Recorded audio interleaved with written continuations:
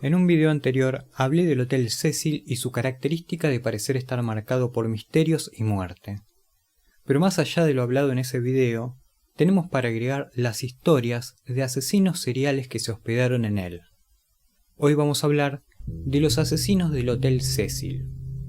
Ricardo Leiva Muñoz Ramírez nació el 29 de febrero de 1960 en El Paso, Texas.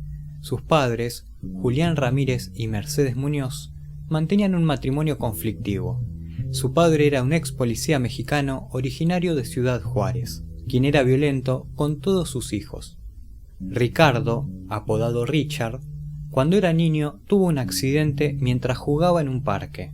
Se golpeó la cabeza y quedó inconsciente al caerse de una hamaca. Este accidente le provocó que sufriera ataques de epilepsia. Ricardo a los 9 años ya robaba y en su adolescencia ya consumía drogas. Durante un tiempo trabajó en un hotel donde solía robar objetos de los huéspedes entrando en sus habitaciones. Una vez intentó violar a una mujer que se encontraba sola, pero fue detenido por el marido de ella, quien llegó en el momento justo y lo golpeó en la cabeza. La pareja no quiso volver al hotel después de esto y no presentaron cargos en su contra. Richard se acercó bastante a su primo Miguel Ramírez. Miguel, conocido como Mike, era un boina verde y un veterano de la guerra de Vietnam. Ricardo lo estimaba y admiraba mucho a Miguel, quien le mostraba fotos en las que salía cometiendo crímenes durante la guerra, torturando y violando y hasta posando con cadáveres de vietnamitas. También le enseñó técnicas para matar que había aprendido en el ejército. Richard estuvo presente en una discusión entre Miguel y su esposa, donde Miguel terminó matándola de un disparo de escopeta. Ricardo decidió establecerse en la ciudad de Los Ángeles. Allí estuvo sin lugar fijo mientras robaba para mantener sus hábitos a las drogas. Pasó un tiempo en la cárcel, 6 meses, y sus huellas digitales fueron registradas. Al poco tiempo de salir, empezó a buscar a sus nuevas víctimas acompañado de un Walkman. Al principio las golpeaba y las violaba, pero poco después empezó a matar. La característica de sus asesinatos era que no tenía un patrón. Mataba a personas sin distinción de sexo, edad o raza. Para matar, utilizaba desde puñales hasta armas de fuego. En algunas ocasiones, asesinaba de forma organizada y en otras no tenía ningún cuidado, dejando hasta el arma homicida en el lugar o incluso comiendo en la casa de sus víctimas. Esta falta de un patrón en sus crímenes hacía más difícil para la policía poder detenerlo. En muchos casos dejaba símbolos satánicos dibujados en las paredes. Debido al calor que hacía durante la noche, muchos vecinos dormían con las ventanas abiertas, lo cual era aprovechado por Ricardo. Por este motivo, fue conocido como The Night Stalker, el acosador nocturno. Su primera víctima mortal fue Jenny Binkow, una señora de 79 años. Richard ingresó en su casa buscando joyas. Al no encontrarlas, se enojó y mató a Jenny apuñalándola con un cuchillo de caza de 15 centímetros. Fue tal el ataque que casi la había decapitado. El cuerpo fue encontrado al día siguiente por uno de los hijos de Jenny. A Richard le daba lo mismo matar, robar o violar. Era extremadamente impulsivo y peligroso. A otra de sus víctimas, Dale Okazaki, la mató de un tiro en la cara. A Maxine Zazzara la asesinó con decenas de puñaladas y le arrancó los ojos. Ruth Wilson, una de las víctimas de Ricardo, pudo testificar y dar una descripción de su agresor. No pasaba un día en las noticias que no se tocara el tema del acosador nocturno. Más de una vez, debido a sus horrendos crímenes, fue comparado con el mismo Jack el Destripador. Debido a sus ataques, se había registrado un aumento en la venta de armas en la ciudad de Los Ángeles. En el año 1985, llevaba ya una cuenta de 23 víctimas, 12 asesinadas. Durante la madrugada del 25 de agosto de ese año, Ricardo ingresó en una vivienda a unos 80 kilómetros al sureste de Los Ángeles, en el condado de Orange. La casa era de la pareja formada por William Carnes e Inés Erickson, quienes en ese momento dormían. 3 disparos que dieron en la cabeza de William despertaron a Inés, que quedó en estado de shock mientras era observada por Ricardo, quien al no encontrar nada de valor, la violó y la torturó hasta que ésta le contó de un lugar donde guardaban dinero.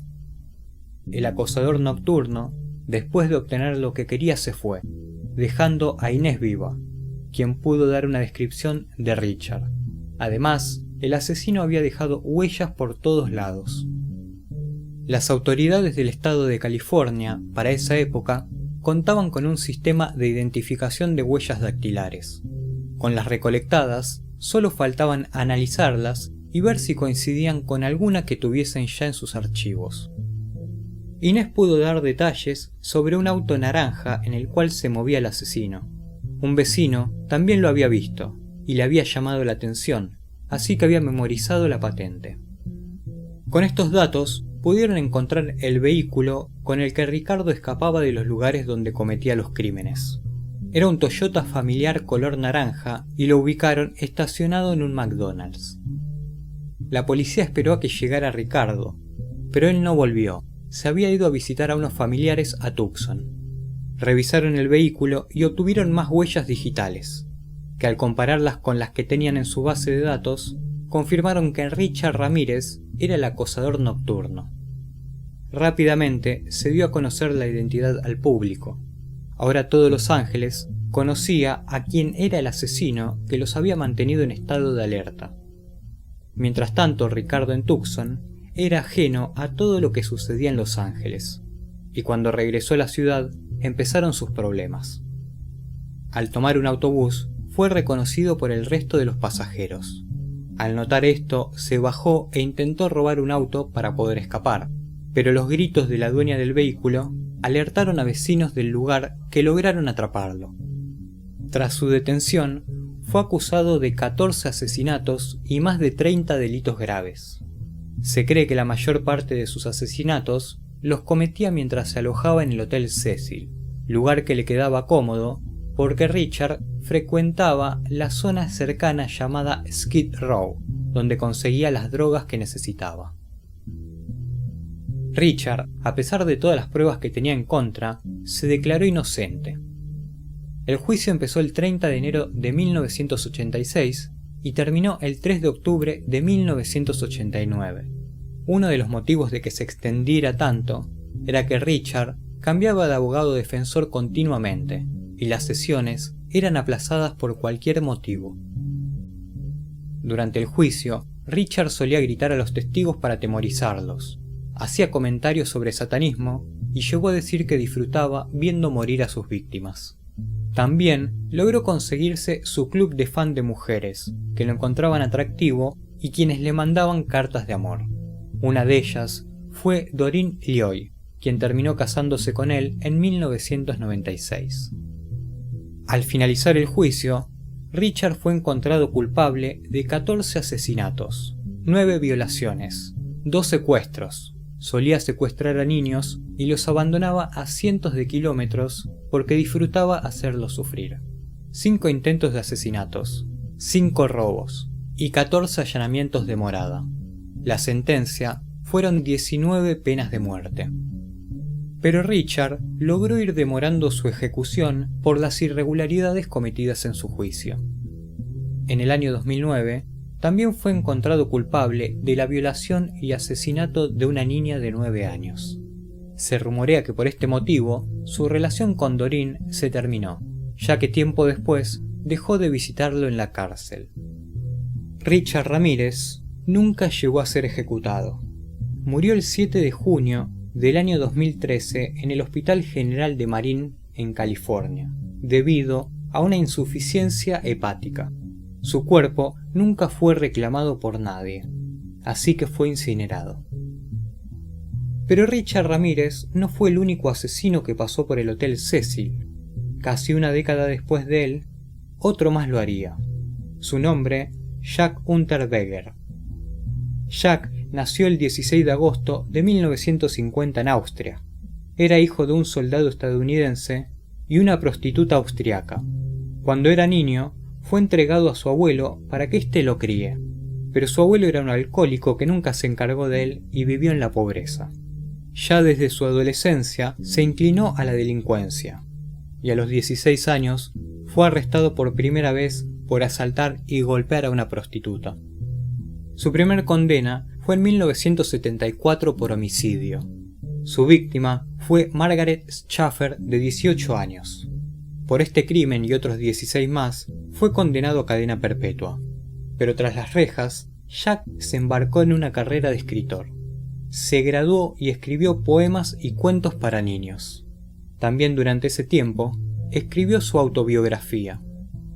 Debido a que sus escritos se volvieron populares, desde el año 1985, mucha gente, entre ellas artistas, políticos y escritores, trataron de encontrar la forma de que sea liberado, viendo en Jack un ejemplo de un criminal que había logrado corregirse, y en 1990 fue puesto en libertad condicional.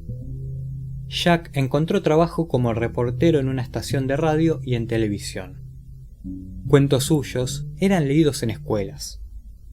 Solo 5 meses después de su liberación, se encontró a Blanka Bokova muerta. Había sido estrangulada. Poco tiempo después, más mujeres aparecieron en distintas partes de Austria, quienes habían encontrado la muerte de una forma similar.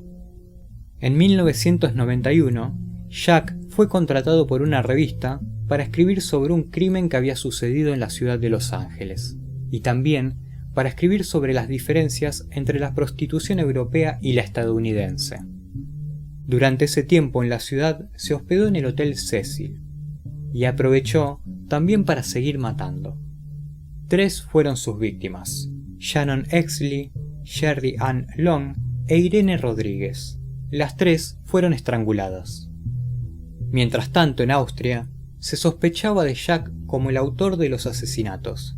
Entonces, pidieron la ayuda del FBI para capturarlo.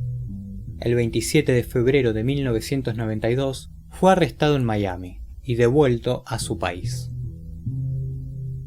Una vez en Austria, fue acusado de 12 homicidios, y el 29 de junio de 1994, después de 2 meses de juicio en el que no había pruebas directas contra él, Jack fue condenado a cadena perpetua, esta vez sin posibilidad de redención. Iba a ser internado en una institución para presos con enfermedades mentales. Sin embargo, solo 7 horas después de finalizado el juicio, se suicidó ahorcándose en su celda. De alguna forma, con su manera de suicidarse, pudo sentir un poco lo que sintieron sus víctimas antes de morir. Y nada más por el video de hoy. Te dejo mis redes sociales para que me sigas y estés al tanto de novedades. Si el video te gustó, dale like y suscríbete. Y si lo compartís, mejor. También te dejo 2 videos recomendados.